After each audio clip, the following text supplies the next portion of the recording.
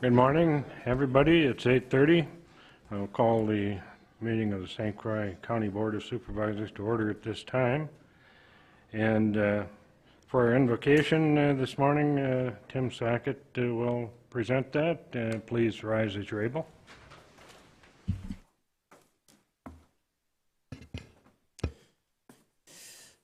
Oh, thank you. And once again, I'm glad to be here. I'm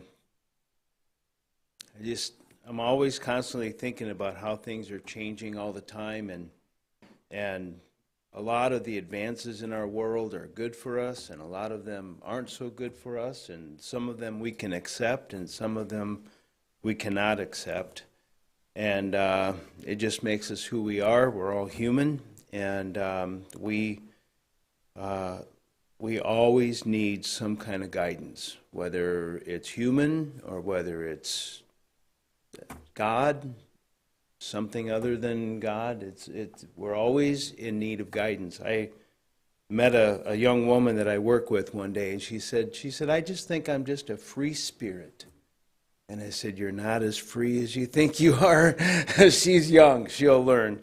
But we'd all like to think that we're a free spirit, and we have this inbuilt nature as Americans to realize that we have a lot of freedoms that are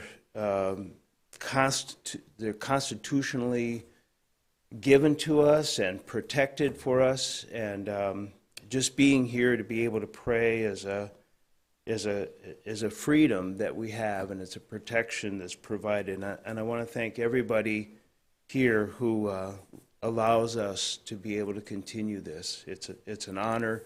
It's a special moment.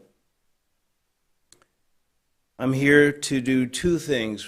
One is to give God praise, and just for this freedom to continue the Christian heritage in our nation. I want to praise Him for all the growth in our nation concerning ministries reaching out everywhere.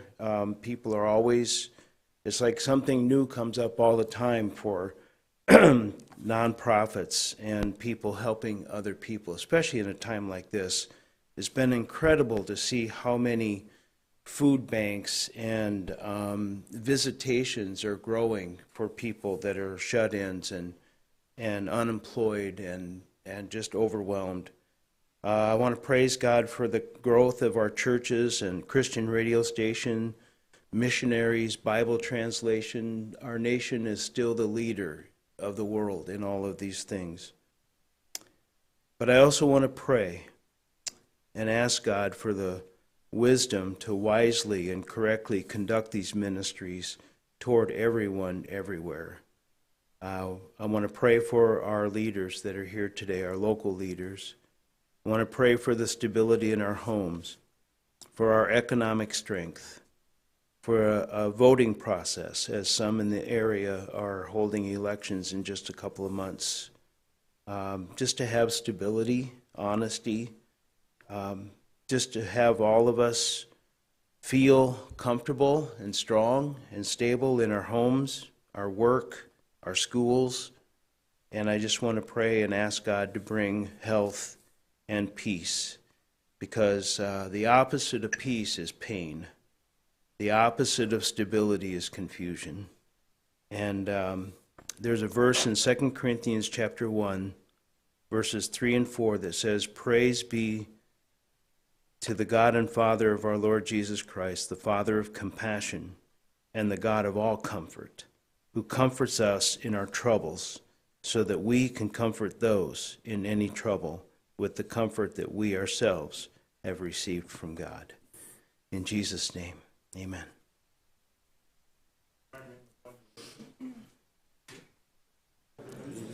To the flag of the United States of America, and to the republic for which it stands, one nation, under God, indivisible, with liberty and justice for all.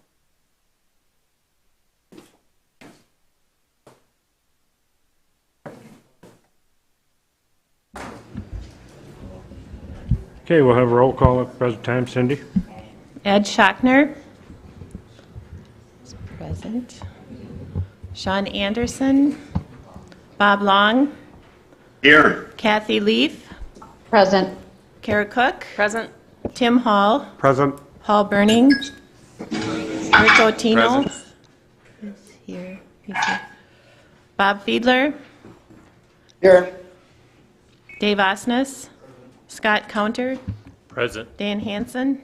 Here. Scotty Ard. Present. Greg Telejohn. Present. David Peterson. Here. Paulette Anderson. Present. Judy Achterhoff. Here. Shelley Tomschick. Present. Bill Peavy. Is here. Just, yes.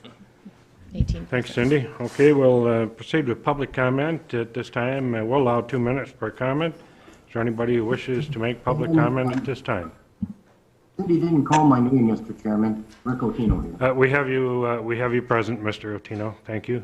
Thank you. Any public comment at all? One more time, any public comment? Seeing none, we'll proceed on with the business items. Consent agenda, I'd entertain a motion to bring that forward to the floor. Supervisor Hall makes a motion, second by Supervisor Osnes, and we're ready to vote. Voice vote will be okay on that, I believe. And all those in favor signify by saying aye. Aye. Aye. Opposed? Aye. Motion carries. Next item then would be presentations or recognitions. We have none today. County Administrator's report. Ken? Thank you, Chair Peterson.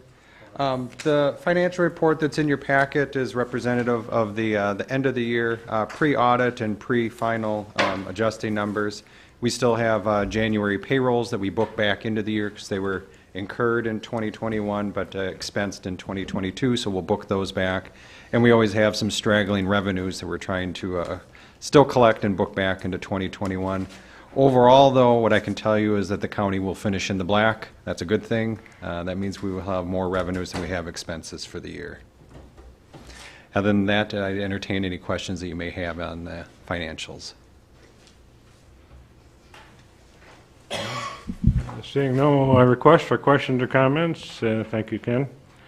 Then we'll proceed on to the business items. The first one would be County Administrator appointment of Heather Moss as Corp Counsel. Do I have a motion to bring that to the floor?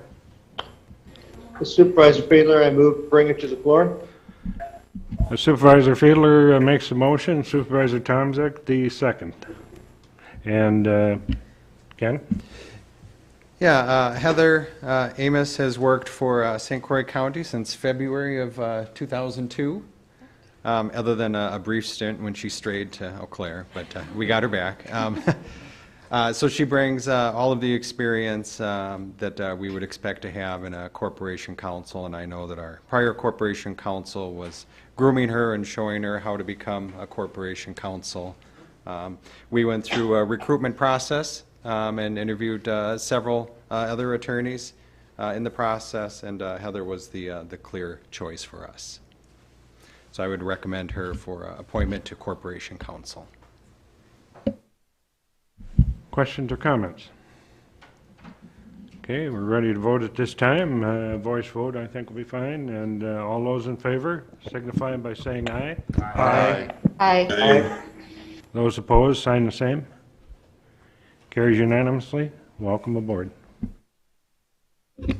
I just want to say thank you for the County Board and Administrator Witt for giving me this opportunity to serve as Corporation Counsel. If you have any questions, my office is always open. You can call me or email me, and I'm pretty quick at getting back to people. So thank you again for this opportunity.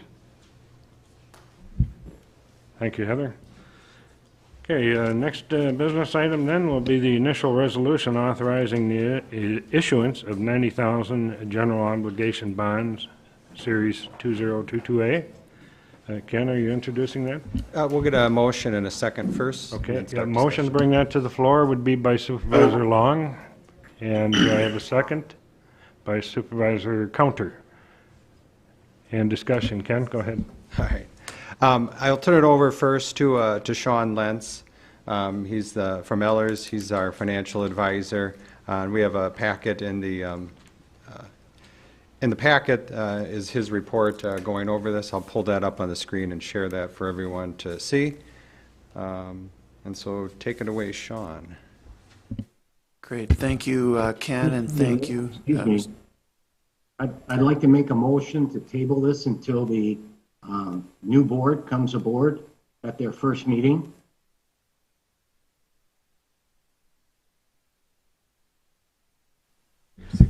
Okay, we have a motion to table. Is there a second to that motion? I'll second. Supervisor Burning seconds. Discussion? Yep. Supervisor Achterhoff? Yeah, well, whether I agree or disagree with this, I think postponing it until the first meeting with the new board is not the way to go for a nearly $90 million project, because you have new people coming on that don't know what's been going on, and some of us even on the board now don't know what's been going on. But I feel that tabling it till the new board, the first meeting of the new board, is not a particularly well way to go.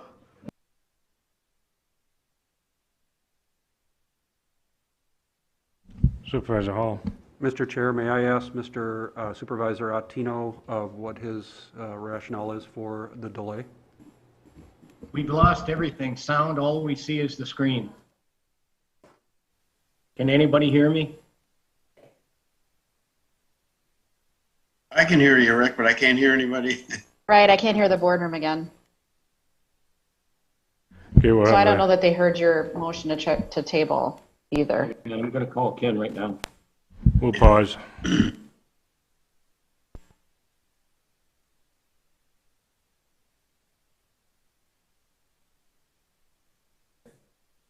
Okay, you can hear? All right. We cannot hear the presentation.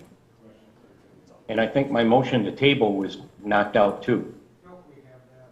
It's in discussion right now. So we're going to fix the audio and then we'll get back to the discussion. Okay, thank you.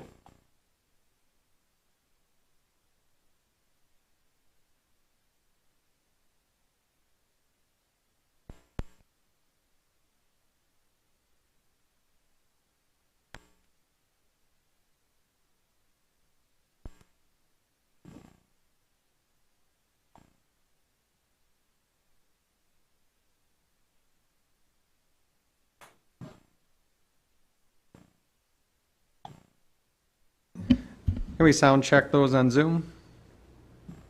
All right, we're back. All right, so we're at the point of discussion of the motion and the second to table until the new board is seated. Supervisor Hall, would you repeat your question to Mr. Attino, please? Thank you, Mr. Chair. Supervisor Attino, I just wondered why you wanted to do the tabling of this at this point.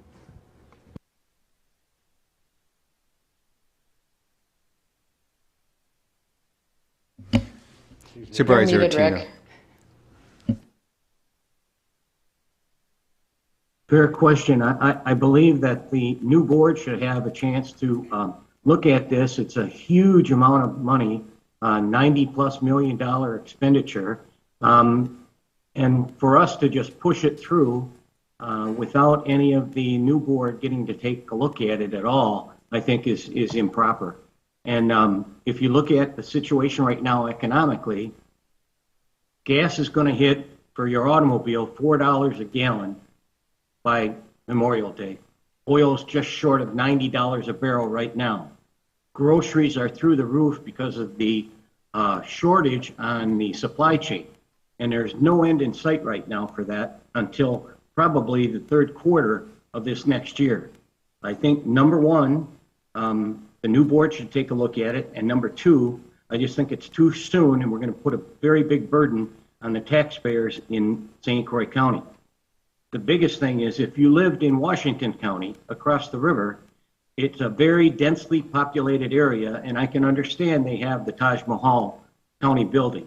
But here it is, we're on mostly 2 acres or more in a lot of our locations, and it's not dense enough to support that kind of expenditure for the taxpayers. Thank you very much.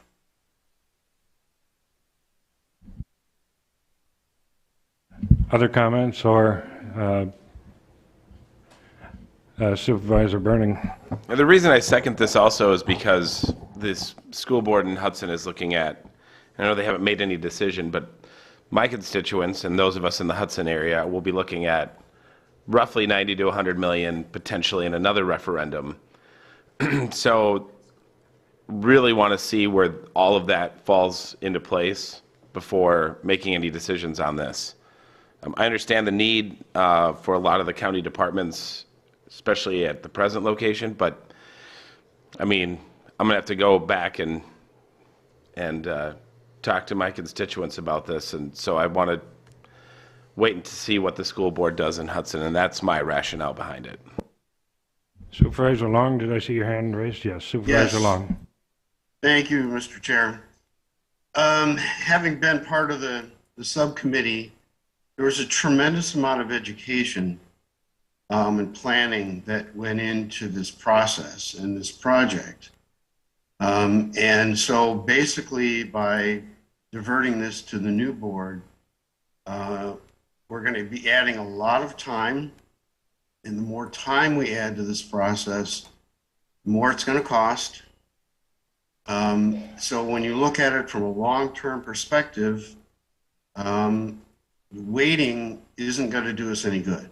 And I understand the current economic pressures that we're all feeling, and particularly from our lower income friends and family.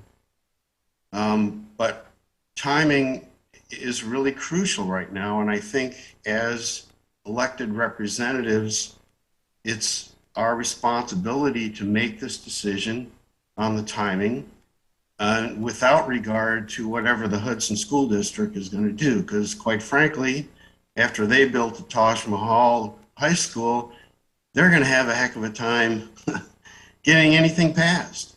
So I think we have to make our own decision irrespective of the Hudson School District, and timing is really critical on this. So I think we really need to at least move forward and have a vote on it and not table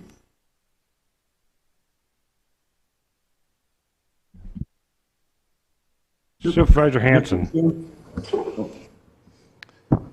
I intend to vote against the bonding, and I think it would be better to not set this on the table, because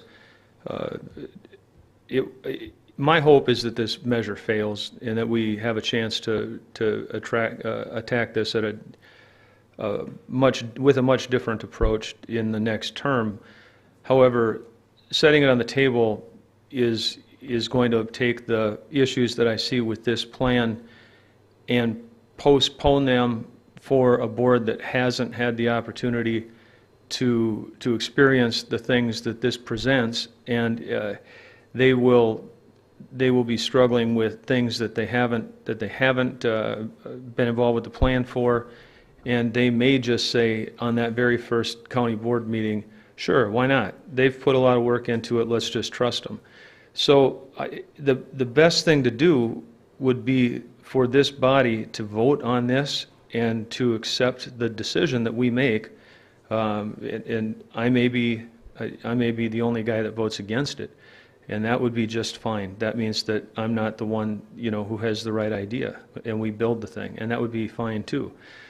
But setting it aside for a group that includes a certain number of new supervisors is kind of unfair to them to ask them to vote for that on their very first meeting. So I would think that we should probably just not delay this and go ahead and debate it and have our vote and then see where the chips fall. I think it's probably only fair too that I'm not going to enter a debate here, but I think I should give you my thoughts on this as the board chair.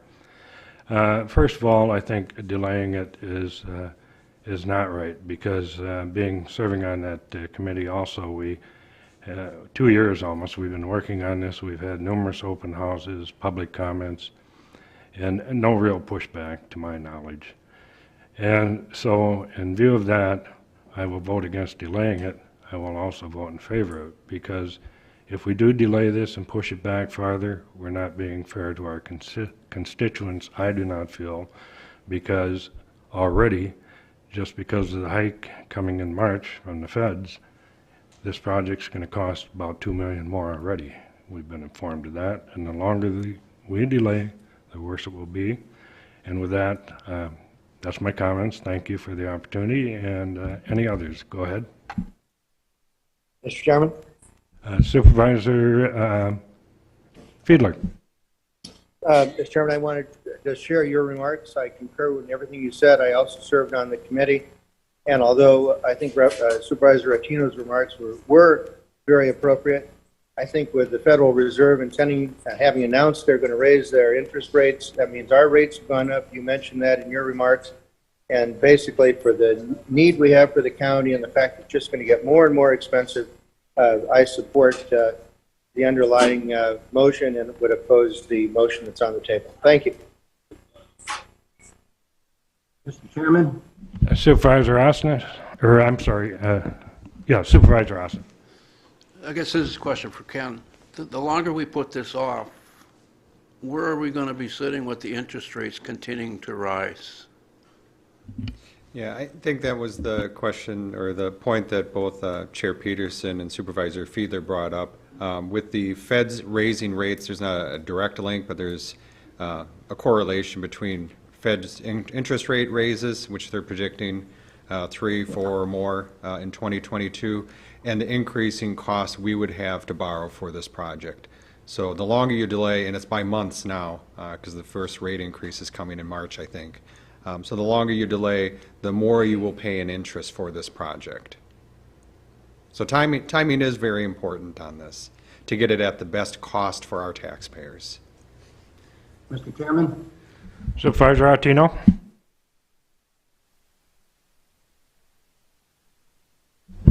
Go ahead, Supervisor Ratino. Did we lose audio again?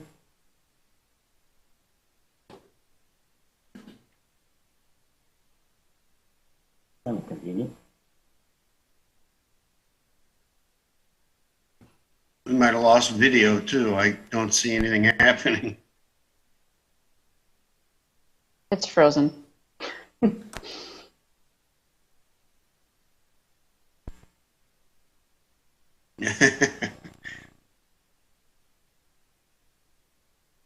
The chat is a good thing. We can. Can you hear us now? Yes. Supervisor Ratino, go ahead. Thank you very much. Number one, if the interest rates rise and it costs us $2 million more, as was stated, we can cut $2 million out of a $90 million project to make that up. And as far as voting for my constituents, as some of us have said here, I am voting for my constituents from the standpoint I have not talked to one single person that supports this $90 million expenditure, with the exception of the administration, all the department heads, and the 4 members of the admin committee. That's the only ones I have known that actually show open support to this project. We got to pare it down. We got to bring it under control. I don't know about anybody else, but my energy bill was just as high as it was last month. We were hoping it was going to go back down. The natural gas used to be $2.50 per therm, and it is now over $6 per therm. Right now, it's just a terrible time to take any more burden on. Thank you very much. That was, I feel like I'm talking to deaf ears, but thank you very much for hearing me. Anybody else like to comment? Supervisor Teljon. I don't understand why we're rushing. I thought the KIP program was supposed to start in 2023, that this is on. We're borrowing money now for something a year later. Also, it's only the subcommittee that knows all the details. We haven't heard it as a board. I think that's part of the point. I don't understand what's happening with the Hudson Police Department, if that's 12, or they're going to pay, or if they aren't going to pay, when they're going to pay. I think there's too many questions. I don't believe in tabling it, but I think we should have further discussion. Supervisor Hanson? I guess I think we should refocus on the motion on the table, on the floor, and decide whether we should vote on that. Okay, I think probably we're ready to at least vote on the amendment proposal. The motion to table is what I'm speaking about, yeah. So I think we'll take the vote on that at this time and then proceed on to the other discussion again. Go ahead. Yep. Is this tabling it, or is it tabling or moving it to a certain time? I think the question, and Chair Peterson, would be to clarify, is it a motion to postpone to a date certain or a motion to table?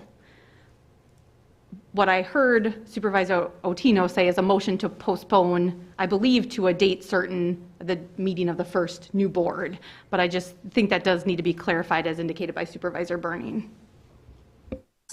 Yes, that was my intention. Okay. So that would be the first meeting of the new board would come back. Okay, the motion was to postpone till the first business meeting of the new board. And there was a second to that, so at this time, then we will vote. So if you vote in favor of this, it will postpone. If you vote against it, it will defeat the motion, and then we'll return to the main motion. So all those in favor of postponement signify by saying aye. Aye. All those opposed, the same sign. Aye. No. No. Okay, the motion fails.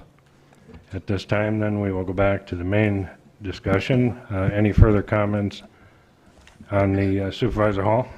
Just more to some questions, if I can, Mr. Chair, to Administrator Witt, and an observation.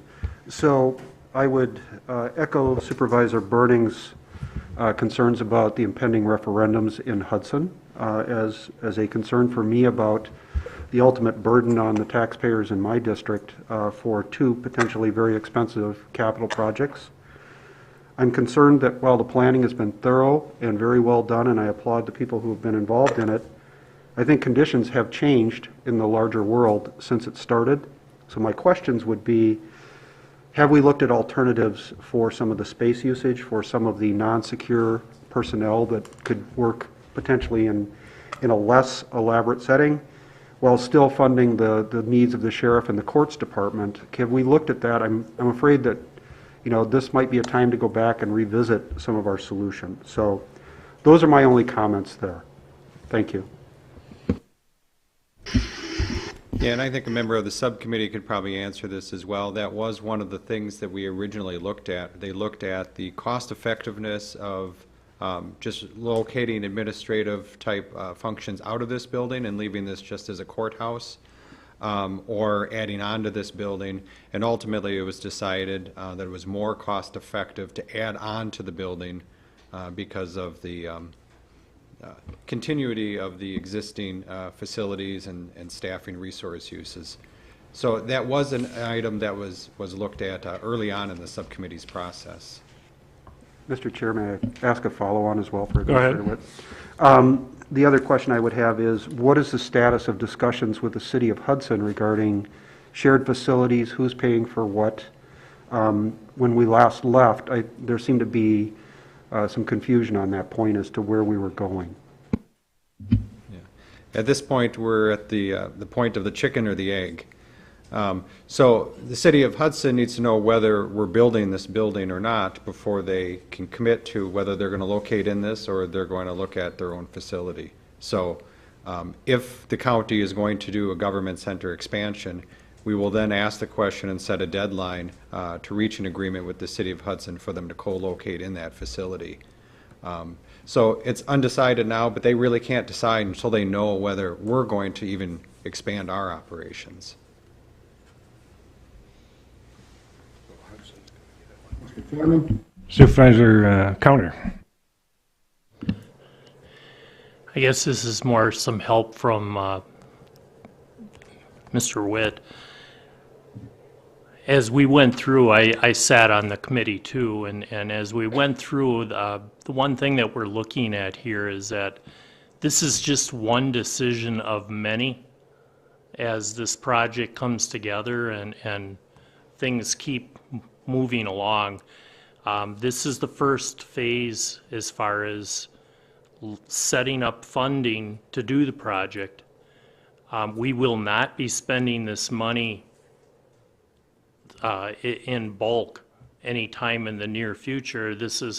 We have to still start over with architectural plans and approvals, but to do that and to go to these next steps, we want to ensure that the project has its monetary needs met for the entire project. We don't want to just say, well, let's take out a few dollars to do the plans and then we'll see where things go. That's the main push of why this is all coming in as a single large dollar amount at this point. We will not, though, see that it's going to take time before we recognize that these funds are all exhausted out. Along with that, I guess I'd like to go to Mr. Witt to kind of give a timeline of events as far as how many years out this is going to take. If we started today, how long is it taking us to get, and you might have I don't want to misspeak, so hopefully you have a better knowledge of that part. Yeah, very nicely said, Supervisor Counter. So the project, so this is the first step. I have to know whether I have the resources to do it before we start spending any money towards the project. So the first thing we do is we identify the revenue source, which would be the bond issue to do this project. The next step would be to amend the KIP budget to move it from 2023 into 2022 so that we would start the design process this year. Part of the reason we would do the budget amendment and to move it from 23 to 22 is that because the interest rates are so low now and we know that the interest rates are going up, that's why we've moved this project up 1 year from what we originally had in the KIP project. So through the design phase then, that's going to take the better part of a year. So I would anticipate next winter or next spring, we would be at the point where we would bid the project. We would start with the construction of the addition, which would take about a year, and then we would come back and be remodeling this space that we're sitting in right now for courtrooms, along with the rest of this floor. So that's the third year of the project. So from the time that we start now to the time that a new courtroom would be available for St. Croix County's use is basically 3 years out.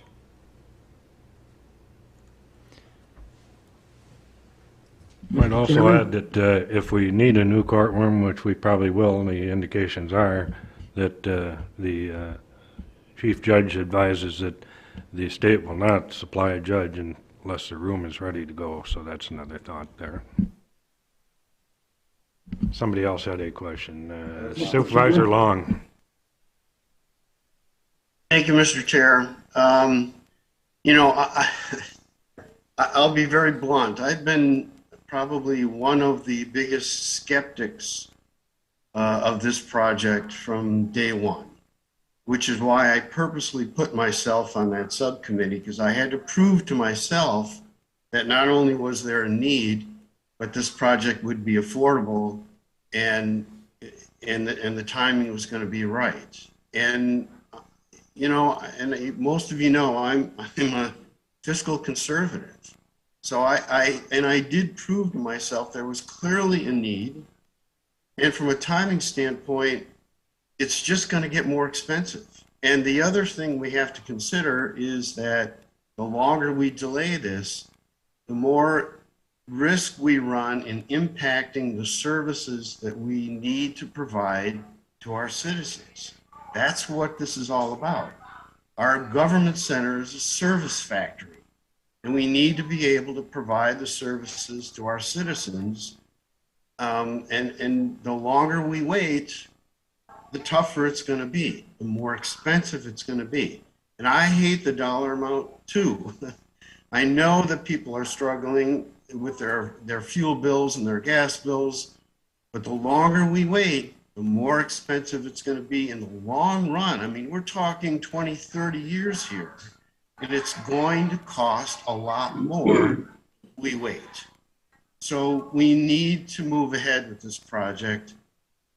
We can't, from a timing standpoint, we really can't wait because it's going to cost a lot more money. So I'm pleading with you that having gone through this planning process, I'm absolutely convinced that we need to move forward. Thank you, Mr. Chair. Supervisor Anderson? I would just like to make a motion to amend the resolution to get rid of "but not limited to" from line 21.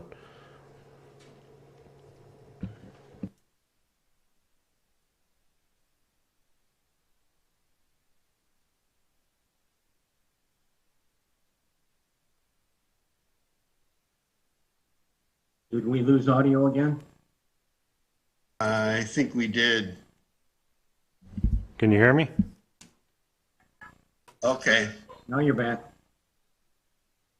Could you repeat the motion and what yeah. the impact is, please? Thanks. Ken's trying to find it now, so we all know what the initial motion is here. I'm going to share the screen here.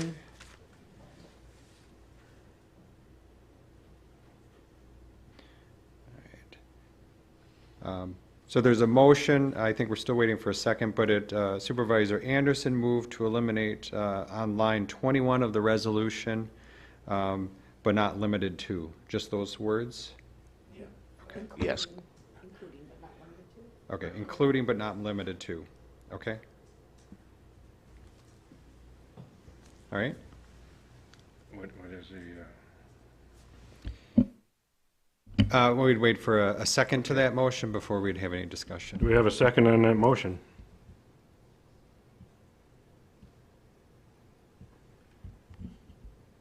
I see no second, so the motion fails. And I can explain what that line is. So what you do with the bond issues, because you have to spend all of the money. You can't just end up with money left over at the end, like a escrow account on a construction home loan.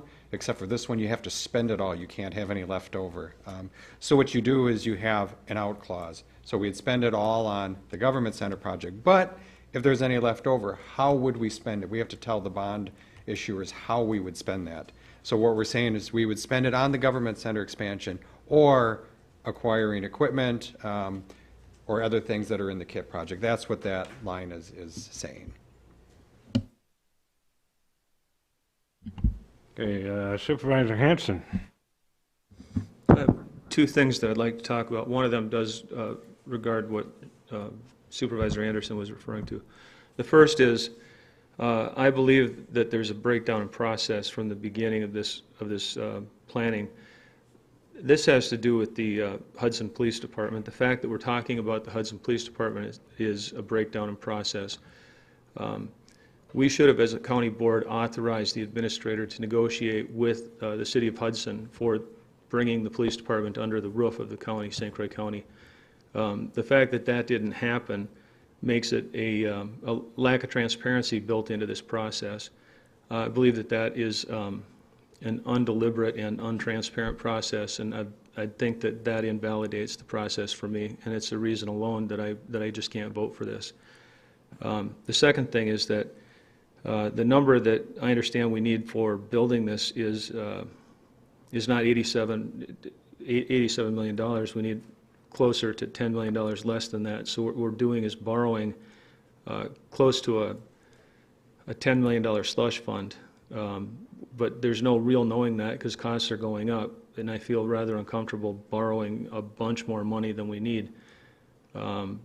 With other needs coming up, it's not concrete enough. So I just wonder where the surprises are here, and I'm not trying to make accusations in saying that. I just, again, don't think it's a transparent and deliberate process and would like to set this aside and start over in the next term. So that's why I'm going to vote against this. Thank you. Ken, did you want to address that one? Yeah, if you wanted me to. You know, there's a couple of things that we're doing with this bond issue. We really haven't gotten to the presentation part. We've been in the discussion part. Some of these things would have come out in that presentation, though. But the project to build the government center for our needs is $77 million. The extra $10 million is the cost of the extra space for the city of Hudson. So I don't know yet, because we haven't reached an agreement with the city of Hudson, what that would look like. Whether they are going to just lease from us, whether they're going to have an upfront capital contribution, or there's the potential where we can actually lend the $10 million to them. So there's 3 different scenarios there that really play out. So that's how come we're asking for the full scope of the project, and then we will determine exactly how that works out. But that $10 million will get used through one of those 3 scenarios. And the other thing we're doing in the bond issue, before it comes up, I guess, because it's along the same lines, is the bond issue is for $90 million, not $87 million then, because we're also refinancing $3 million of existing debt. So it was kind of a late add-on. We have bonds that are callable at a higher interest rate, so if we include those with this refinancing, it saves us money on future interest costs, and it saves us money to roll it into this package, just because we're saving on some of the cost of issuance. So there's a couple of complicated things that we are doing with this financing, so I just wanted to make sure that we did spell those out for you. Supervisor Cook? Thank you, Mr. Chair.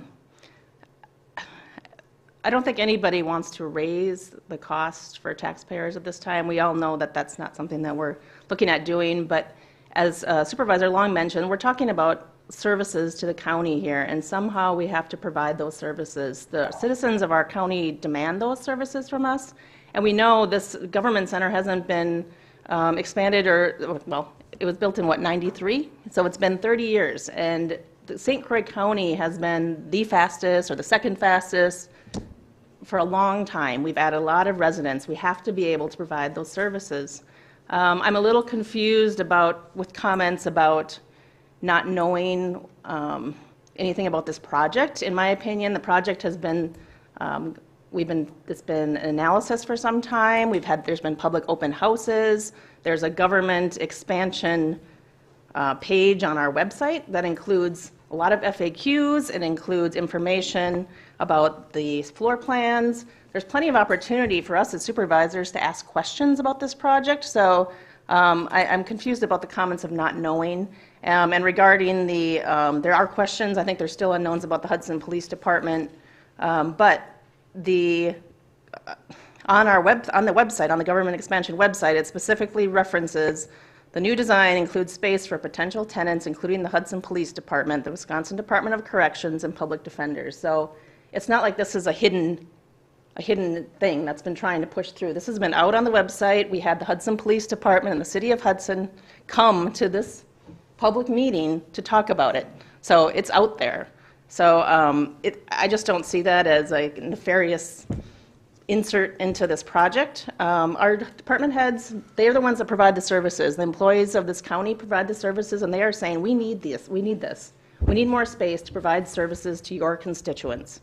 So I think if we wait, it's going to cost us more money.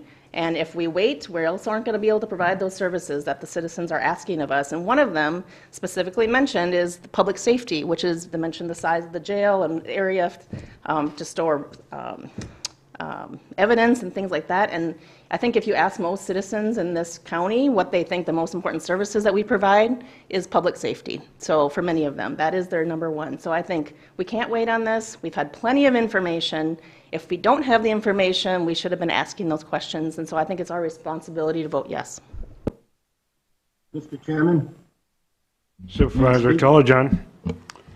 So we're assuming that the Hudson Police Department is going to buy in. What if they don't and we bond for $10 million more? Where does that $10 million go? Yep, so the $10 million then would have to be used for one of the other authorized KIP projects that we have. So we have a few years to use that, but we do have a lot of KIP projects on the list that would be eligible uses for that. So it doesn't have to go to the building project? No, it does not. That's the out clause of that line 21. Again, Mr. Chairman? Yes, sir, you've had 2, but I'll authorize another comment from you. Go ahead, Supervisor Attino. Thank you very much. I am totally against loaning the city of Hudson a $10 million loan paid for by the citizens of St. Croix County. That's absolutely just incredible to even think of. So if we go forward with this, we need to know where that $10 million is going, or I can't see anybody in good conscience that could support this. Thank you. And I will just clarify that that does not happen without county board approval and a contractual agreement between St. Croix County and the city of Hudson. Supervisor Thompson. That $10 million is a very large percentage of the total of the cost. I do believe that the project overall is something that needs to occur as far as the services that are needed for the county as the county grows. It's a very fast growing county. I think that I'm not as concerned about whether the Hudson Police Department will come in. I do believe strongly that they very likely would if we end up doing this project. I mean, they're not going to turn around and build their own building tomorrow if we don't. It would be in their interest to be able to share the facilities. So I do believe that they would likely come, but I would also like to know from Ken what other projects in the KIP would be able to be funded with that $10 million should the police department not come. Yeah, the $10 million funding other things in the KIP is the default if City of Hudson doesn't work out for some reason. I agree. I do believe the City of Hudson and St. Croix County will come to an agreement and they'll co-locate in the facility. I think it makes sense. And when we heard from the City of Eau Claire, we heard that that worked very well for them. They actually benefit from that partnership co-locating. So I think it probably will happen, but I have to explain to you what will happen if that doesn't. Where does that money go? How would it be used? This is the out clause that we put into the bonding language of how it would be used. Did we want to get to Sean Lentz at all? I think Julie's got a question, but we should get to Sean pretty soon. Supervisor Achterhoff, and then Mr. Lentz will be next on the agenda. Yeah, my one comment is there seems to be a lot of unknowns. And for $90 million, there's too many unknowns for me to approve it. Because and it seems, and this is me personally, but it seems like the building is kind of biased towards certain departments and not others. But it still goes back to the unknowns. There's a lot, and I don't feel comfortable voting this amount of money with so many unknowns. Mr. Lentz?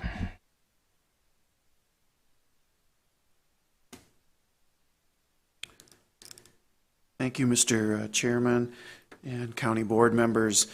What we've got today, and I think Ken's bringing up right now, is what we call a pre-sale report. It has a couple of purposes. One is to describe for the board members what the process would be to actually issue the bonds, and then secondly, and most probably importantly, is some of the preliminary impact of the bond issue on the financial situation for the county overall. What I'd like to do, and please feel free to interrupt me with any questions as we move through the material, is hit first on a couple exhibits that we have at the back end of the report, and then come back to the timeline preliminarily that has been proposed. Thank you, Ken. The first exhibit is an exhibit showing the payment of principal and interest on the proposed new issue over a 20-year period through the issuance of general obligation bonds. As has already been discussed a couple of times in the preliminary discussion this morning, there are a couple of purposes built into the issue. By far, the majority of the purpose of this issue is the government center project, and that's shown in purple on Exhibit 1. But there's also some refinancing, and as Ken mentioned, the idea is to lower the interest cost on some of the existing debt that the county has outstanding and do so at the same time. We've used interest rates in projecting the repayment of the debt issue over the next 20 years that are about 0.5% above current market conditions in an attempt to be conservative in these projections. But as has been stated, and we'll talk about an exhibit here at in a couple of minutes here that shows where interest rates have been and kind of the current trend going forward. So over the 20-year payment, two things would occur: paying back the government center with an annual payment with the projected interest rates of about 50 basis points above current market conditions at approximately $5,840,000 a year to pay that back over 20 years. And then the refunding portion, we're not extending that debt over a longer period of time than what it's currently set up. It's the same period of time, just at a lower interest rates, and that's about $1,475,000 a year over the next 2 years to pay that portion back. Okay, interest rate is right around 2.8, 2.9%, and again, that's about 50 basis points above current market conditions.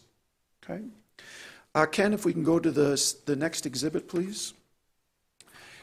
I'll just spend a second on this. The county is limited into how much general obligation debt you can have outstanding. It's 5% of the equalized value of the entire county. That's represented on Exhibit 2 on the red line, so well over $600 million. And with this proposed new issue, the county will be over $100 million in debt, but you can see you're well below that limit that the state sets in terms of your ability to use general obligation debt. Okay, Ken, the next exhibit, please. The next exhibit is an exhibit looking at the impact on the debt levy for the county with the proposed $90+ million issue. And I'll start at the bottom of the chart. In purple and then in blue, the purple are past years, historic years, and then blue going forward is the current year through the end of the life of existing debt and the proposed new debt. The purple and blue are debt that the county has already approved, and so you already have this built into your budget and you're committed to repaying with past actions of the board. Then stacked on top of that in green, on the green bars, on top of the blue bars, that is the impact of the new debt being added to the existing debt and the impact on the county's overall debt levy in future years. So the primary year of impact is 2022, with the budget you've already completed is in the books and you've levied taxes for. Then in 2023, so the budget you would do this fall for taxes paid next year in 23, that is the first year of impact on the debt levy from the proposed new financing. And that's where you'll see the levy going from about 5.7 million to pay back debt this year to about 11.5 million next year. And then over time, going from left to right, you can see the way the debt is set up is there's a fall off gradually as other debt gets paid off and as you pay this debt back over time. Last thing, really it flows on the same schedule. The line is your mill rate based on the total debt divided by the tax base over which you spread that. And we have some charts that show that a little bit better than this one coming up. So Ken, if you wouldn't mind going to the next one. Just real briefly, with that refunding included, Exhibit 4 is the refinancing of the existing 2014 issue and highlights savings based on the conservative current interest rates, that would be achieved by refinancing that issue as a part of this issue. And again, since it saves money, it made some sense to group this in together to benefit the county finances overall. Ken, if you can go to Exhibit 5. Now, Exhibit 5, going back to that mill rate that we just chatted a little bit about on Exhibit 3, what Exhibit 5 is looking at the bottom of the page is the impact of adding the new debt to the total mill rate. And so when I say total mill rate, it's the mill rate for all of the county's operations as well as debt service. The blue bars on this chart represent what the county's mill rate in total have been since 2013. So 4.09 was your mill rate. And I think you've alluded to growth a couple times in the county board's discussion this morning. You can see over time, as the county has grown, the mill rate has actually trended downward over that time. So as you get into the early 2020s, you were at around 3.5%, late teens around 3.7%. And again, this is your operation and debt mill rate all combined together. This year, you're at 3.11 in a mill rate. And then finally in 2023, if, and there's always work to be done on this, but if we hold your current mill rate steady at the 3.11 level that you're at this year, and then we add on the debt mill rate of 0.48 on top of it, that would be a total mill rate, operation and debt, of 3.59. And I should mention that mill rate we're hoping is a conservative reflection because we're not growing the county's tax base at all from 22 to 23 impact. So hopefully we'll see some growth, and the mill rate then with that growth could potentially be a little bit lower than that, but we did want the projections to be skew more on the conservative end, and talking with county staff about that. Sure, Ken. Yeah, and I'll just interject there that it's not hopeful, it will be less than that. Because the county is continuing to grow. We're the second fastest growing county. If you see this, the total mill rate has dropped every single year. This is operating and debt service. Remember though, we took two big projects on in this time frame also, the nursing home and the highway facility. Those were both added on, and we've still had a tax cut every year. And so that's the reflection of the growth that we've had in this county. And that growth is continuing on. There's no end in sight to the growth right now. Final comment on the chart is just from a comparison standpoint, absent the growth that Ken talked about, so on a conservative basis, this impact would bring you back to somewhere between 2019 and 2020 total mill rate impact on county taxpayers. Okay. Just real briefly, above that is looking just at the debt. We applied the 0.48 increase on different valued properties that could exist in the county, from $100,000 to a $5 million property. What would be the impact of the project? And we looked at it two ways: one with no growth, as we talked about, and then secondly with a 5% growth rate on the right side of the page, which would pull that tax impact down a little bit. But that 5% growth rate, I think, is still conservative given the history here in St. Croix County in recent past. Okay.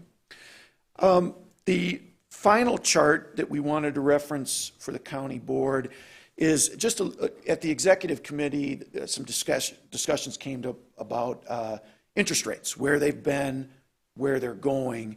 This chart that you see now is looking at a common index, the bond buyer index that's used for governmental debt like we're talking about today.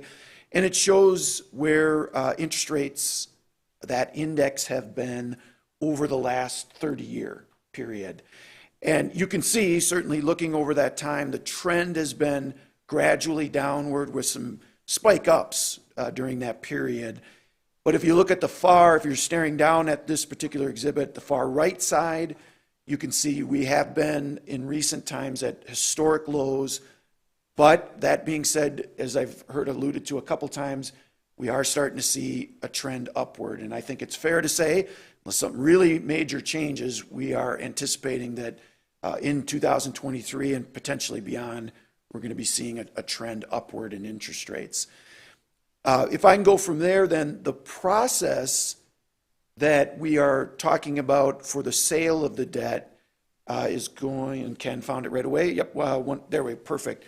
The first process is the approval of an initial resolution under Wisconsin statutes, and that's the option before you this morning.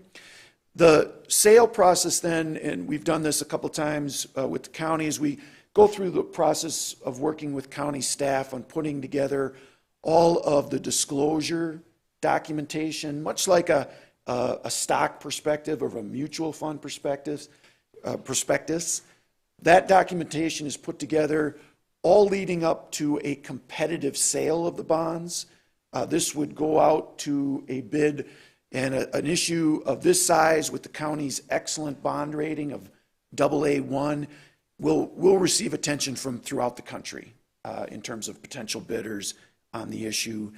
And with the timeline, also that renewing of that bond rating, this would lead up to soliciting and then bringing those competitive bids back to the board at your meeting on March 1st to review. And at that point, you'd have a firm proposal in front of you to react to in terms of potentially accepting the financing on that date. I should mention the interest rates that you would receive on that date, the cost, the interest rates, those would be fixed. So if the board approved that proposal, you'd be locked in. Even if interest rates continue to go up, the proposal would be a fixed rate option for the county that you would lock into. And if that bid was accepted, that's what you would pay, at least for the first 8 years of the issue.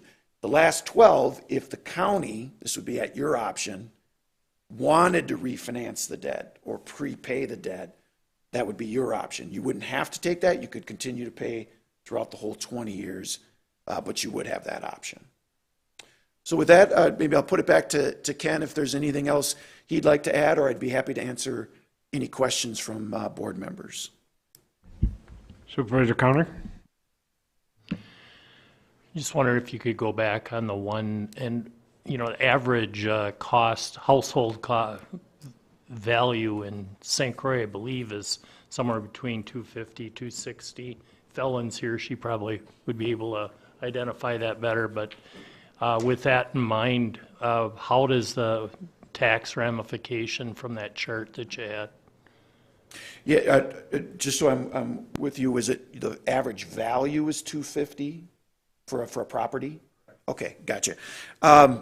I should have used 250. I've got 200 and 300, so let me just use those two to give the board members a sense. And this is on Exhibit 5 for those that like to look directly.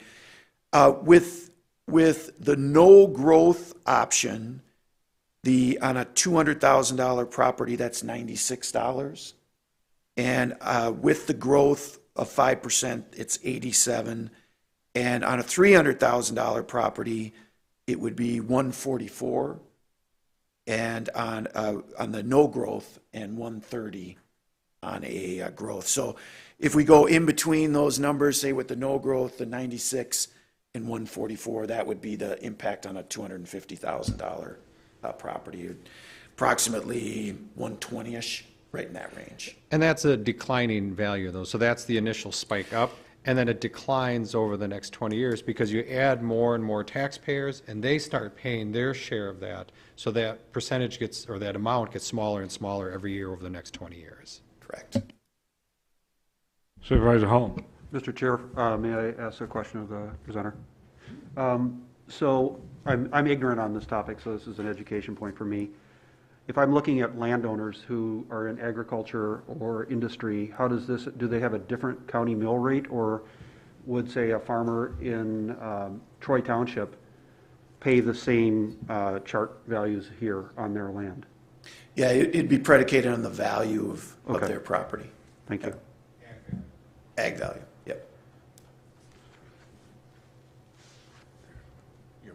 Other questions, comments? I'm seeing none. I guess we're ready to vote at this time then, and that would be a roll call vote, I believe. This will be a roll call vote. Yeah. Thank you very much. Yep. Cindy, roll call vote, please. Ed Schockner? Oh, sorry. You're muted, Ed. Voting no. Okay. Sean Anderson? Yes. Bob Long? Yes. Kathy Leaf? Yes. Kara Cook? Yes. Tim Hall? No. Paul Burning? No. Rick Otino? I think I know. Muted. No. Bob Fiedler? Yes. Dave Osnes? Scott Cowner? Yes. Dan Hansen? No. Scotty Yard? Yes. Greg Telejohn? Yes. David Peterson? Yes. Paulette Anderson? Yes. Judy Achterhoff? No. Shelley Tomschick? Yes. Bill Peavy? Yes. 1, 2, 3, 4, 5, 6, 7, 8, 9, 10, 11, 12, 13 yeses. Fails. Motion fails. We'll proceed on to the next business item. So that makes the number 3 business item a moot point because the first one failed. So we'll move on to number 4, a resolution adopting updated personnel policies. And Tara going to cover that? Or Yep.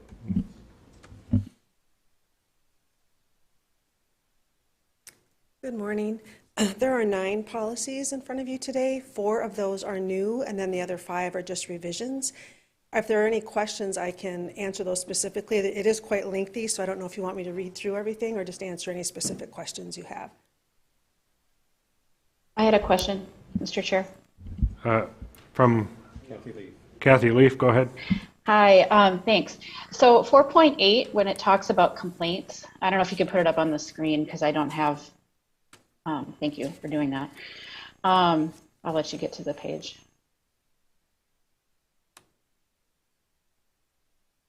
It seems that this pertains to complaints that employees might file that aren't related to disciplinary issues. Is that correct? That's correct. So there's a line at the end that says that employees should not speak with anyone about the issue, but if it's not disciplinary, I'm not sure why that matters. And it also says that there, it doesn't give any consequence for them having to do so. So I'm not comfortable with the fact that we're kind of stifling employee conversation because it's not an investigatory disciplinary issue. So I don't know why that's in there. Maybe you can help me out there. I'm just waiting for us to get to that spot. I'm sorry. No, that's It's okay. a lot. I have a packet, but it might take me longer than it'll take Ken right now. That's okay. It's 7.8. It's right at the very end. It says additional guidance.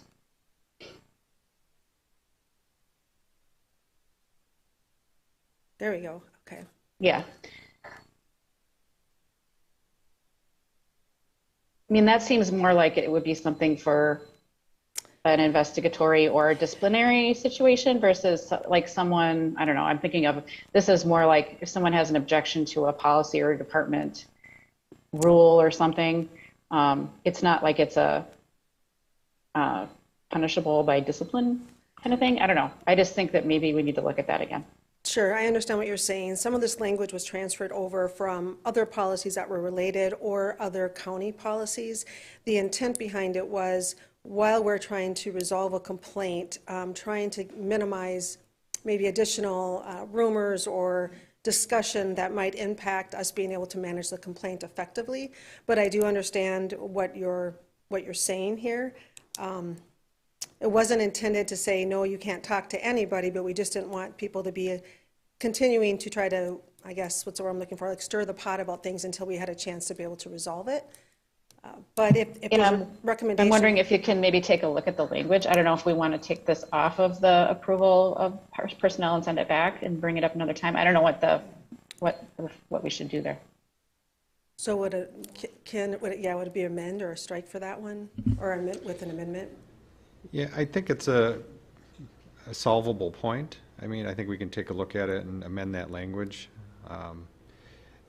The only thing is, I suppose we'd have some time. We're running out of time before the county board switches over, so we're trying to get, this is the next batch is the last batch of policies, so. I mean, we could consider a language change and bring it forward. We have 3 policies that are coming forward next month, and it could be brought back with that one. Yeah, this was the only one I had a question about. The rest of them seem fine. Right, so. Thanks for listening to it.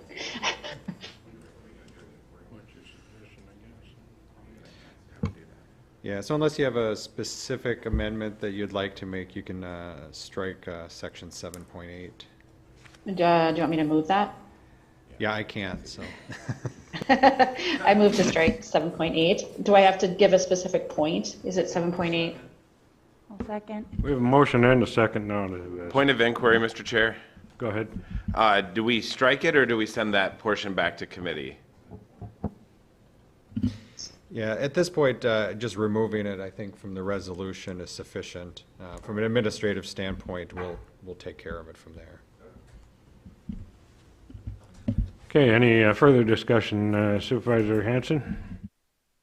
Mine concerns workplace safety, and when I'm looking at item number 7.3, toxic chemicals, right to know what toxic chemicals.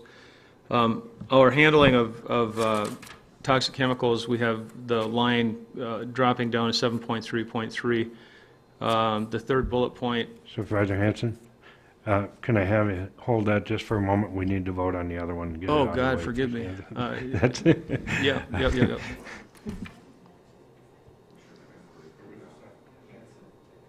Yeah, I seconded it. Supervisor Hanson seconded. Okay, so we'll vote on the first motion, and that was to strike 7.8, I believe it was. So we have a motion and a second, and no further discussion needed, I believe. So all those in favor of striking as presented, signify by saying aye. Aye. And opposed? Carries. Okay, now go ahead, Supervisor Hanson. Talking about chemicals, did you follow where I was there? Yes, Okay. 7.3.3. All right. So it says that a MSDS sheet, or you have a SDS sheet, must be new nomenclature, material safety data sheet is available to each employer electronically, or each employee electronically. My experience in industry has been that if a person gets hurt, having a MSDS manual that they've been trained to access immediately is really most useful. I'm wondering how that works, and if it is problematic if a person's someplace where there isn't good internet or reliable internet. Could it be putting them at greater risk to be handling solvents if they don't have an MSDS sheet to grab quick and take to the ER with them if an ambulance comes? Or maybe we need to have manual copies of the MSDS sheets with the workplace so that people have better access to information should they be hurt. And I'm a little uncomfortable with that because it's not the way that I was trained. It's not the way that I'm used to. And others who've been out in the field with these toxins could probably express their concerns too. But I'm not ready to make a motion, but I'd like you to express, what you might have talked about when you put this together. You want me to take that? Administrator, what Sure. said you? Yeah. We haven't had paper copies of the MSDS sheets for years now. We've been electronic for quite some time. And really, all companies are going that way. The big advantage of the electronic version, and I agree with you, they could be harder to access in a time of crisis, but they're up to date. The problem with paper copies is keeping that huge binder of chemical sheets up to date, whereas the electronic version is instantly updated every time there's something changes. So, but we don't have paper copies. We haven't for years. Supervisor Hall? Thank you. Thank you, Mr. Chair. Administrator Witt, I assume that there's different levels of toxicity and danger associated with some of these chemicals. So from my industry experience, if you're working with something that could cause eye injury, you would probably have at least a laminated safety sheet near an eye wash station. Maybe, I don't think you need to do it for all of these, but if somebody were to go through and assess potentially the severity of a chemical and being in contact with it or ingesting it, that might be something where in a few specialized cases you would have a card or something in the cab of a truck or something like that that you could refer to quickly rather than trying to access online. Not my job to solve your stuff here, but that's something that I've done in the past that I found to be useful. That's an excellent suggestion, and Jim and Robbie would probably have more knowledge of whether they're actually doing that right now or not. I don't know offhand, but a very good suggestion. Thank you, Supervisor Hall.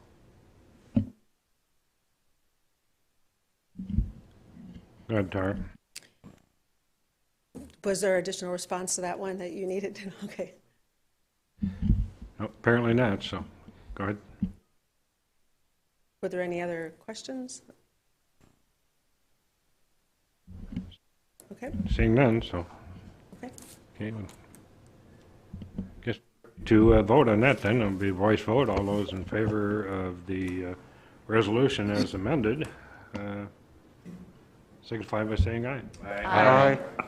Opposed? Motion carries. Thank you. Last item, a resolution to adopt amended St. Croix County Outdoor Recreation Plan. Ellen going to cover that? Oh, I'm sorry. Motion to bring that forward. Supervisor Hanson. Second by Supervisor Tomczyk. Discussion. Ellen? Dan, probably. Oh, Dan, go ahead. This has been 8 years in the making. The acquisition of the property came about through mitigation funds that came from the St. Croix River Crossing and other grants. St. Croix County is just so fortunate to have accessed these properties, and it's been a real pleasure for me to be involved with this, and other committee members, including Judy Achterhoff and Agnes Ring and Jill Berkey and others over the course of the years to do this, going all the way back to Andy Brinkman on the committee. This park plan is not, it's a 60,000 foot view of what we might end up having. It's going to allow us to apply for other grants and funding to build out the park. I will say that there's been some concerns by people who live near the park that we were working very, very carefully to have good relationships with the people who live near the park and assuage their concerns. It's a tender thing. We've built, St. Croix County has built parks in recent decades where there were also concerns, and those concerns have been buffered, and there are no major problems. So I'd like that to be pointed out. That being said, any questions and conversation? Mr. Chairman. Go ahead. Thanks, Dan. I have received some concerns from my constituents regarding the hunting issue on Eckert Blufflands.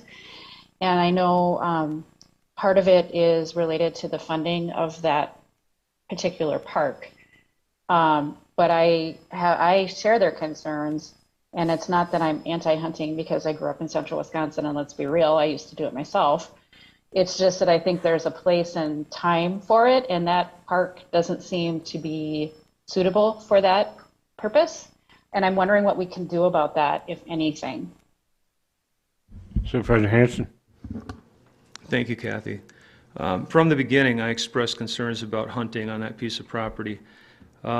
Unfortunately, you're correct. The grants, part of the grants that we received to acquire this property required us to allow for hunting on the property. In order to change that, we need to go before the Natural Resources Board and appeal. The Natural Resources Board in recent history has not allowed those appeals on their agenda. It's a very pro-hunting and conservative board. We will continue to monitor that and explore the possibility of bringing that appeal to their board. I will say that until we build out the park, there's less of a case for changing the hunting rule because there's 170 acres in the park, which is undeveloped. It is harder to make a case that hunters should not be allowed there. Once the park is developed, of course, then there's more usage going on and a better case for saying this is too small of a property with too much going on, and that would be something we can bring to the Natural Resources Board. So it's a kind of touchy, and I am a deer hunter. I love going out in the woods and hunting, and I do not want to be perceived as a non or anti-hunter, but this particular property, being very close to town and very close to homes, is, in my opinion, and from the very beginning, not a great place to be hunting. So I'm always going to support limiting or reducing or eliminating hunting on this particular parcel, these parcels. So that's the answer, and that's the history, and right now we can't do anything about it. We have to allow it. Thank you. I just know that I'll be working with you to try to figure it out as we move along then. Okay, any other questions or comments? Okay, I guess at this time then we're ready to vote. So all those in favor of the resolution to adopt the amended plan, signify by saying aye. Aye.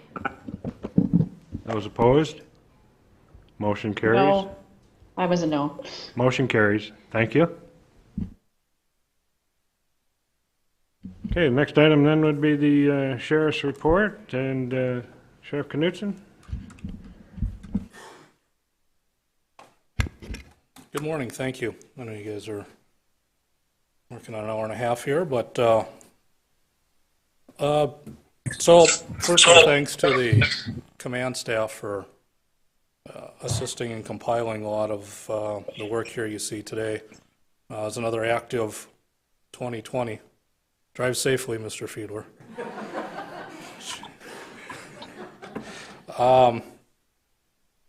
And obviously to Janet Smith. Janet put a lot of this together and laid it out and does a wonderful job. So you'll see our continued activities both in the jail as well as out on patrol. The dispatch center continues to push out numbers that are staggering to me as I get into some of their work production as well. So we emergency management as well. We was probably the one main incident was the one in Hudson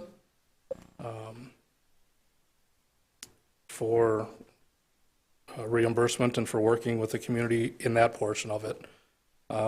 One of the things we added this year was kind of the graphs on traffic crashes. I thought that was, now with some of our new technology, a good way to track and shows really how it's spread throughout. You'll notice on the fatality one, you have 9, and then 10 total fatalities. One was a double fatal.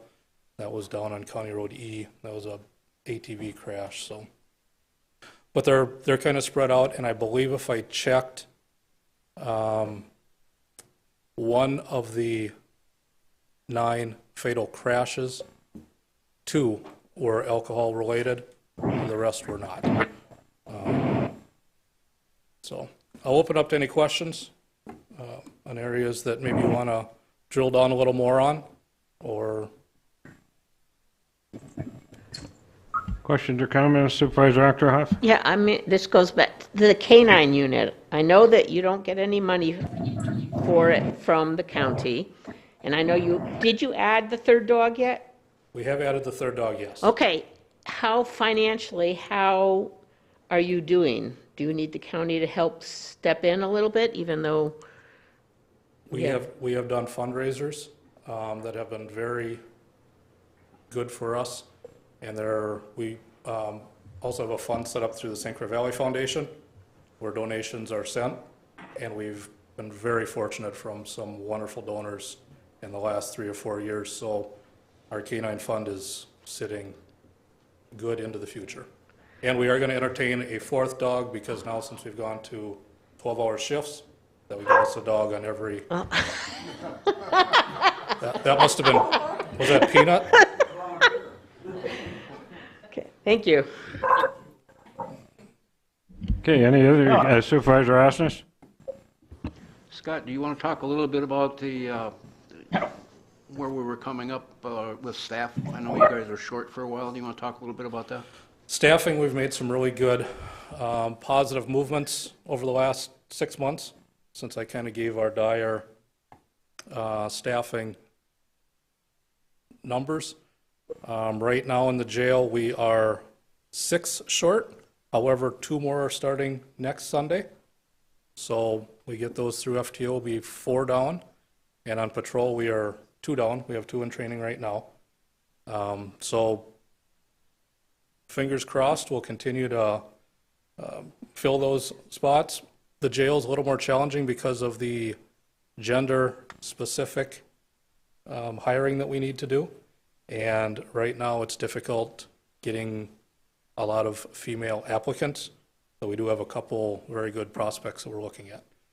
One of the things that I didn't add to this report, but I actually just filled something out for the DOJ yesterday, and actually kind of snuck up on me, but I just thought I would share that of our staff, 17 of them are veterans or currently still involved in the military. So 17 out of the, actually it's 18 because there is one in dispatch, out of the 100 plus individuals. I thought was a very good number to have and to share. Other questions or comments? Supervisor Actroff? Yeah, I just have one quirky one more. When is it going to be to the, because I know that there are some individuals in the county that are not doing what they're supposed to be doing because they know they're not going to have to go to jail because you're trying to limit it. When is that going to, I mean, is that still, you're trying to keep the numbers down because of COVID, or, and I know it's a weird question, but it's out there, it's realistic. It's not a weird question, it's a good question. We're not stopping anybody from coming to jail. We did not restrict anybody that was arrested. Other counties have. They've diverted off. Even through COVID, we've managed anybody that has been taken into custody, whether misdemeanor or felony. I think maybe what you're referring to more is the electronic monitoring in Huber. There is, because of COVID, all of our Hubers went on electronic monitoring. When we get staffing back up to the level pre-COVID, we're going to bring those EHM individuals back in, and the traditional Huber will continue. But we've not diverted anybody that has been sentenced or on initial arrests. We have still maintained public safety as our #1 priority, and if they need to be through the process in jail, we have accepted them. Okay, thank you. Other questions or comments? Seeing none, thank you, Sheriff. Thank you, and for those that, I probably won't be at the podium again, but for those not seeking re-election, thank you for the last 2 years of your support. Okay, next item then would be request for future agenda items. Seeing none, we'll move on. County Clerk's correspondence. I have no correspondence or rezoning applications. I have Cedar Corporation pocket calendars for anybody that wants them. They arrived near the end of January, so stop up and pick one up if you'd like. Okay, announcements? None? Adjourn this meeting at 9:59. Thank you.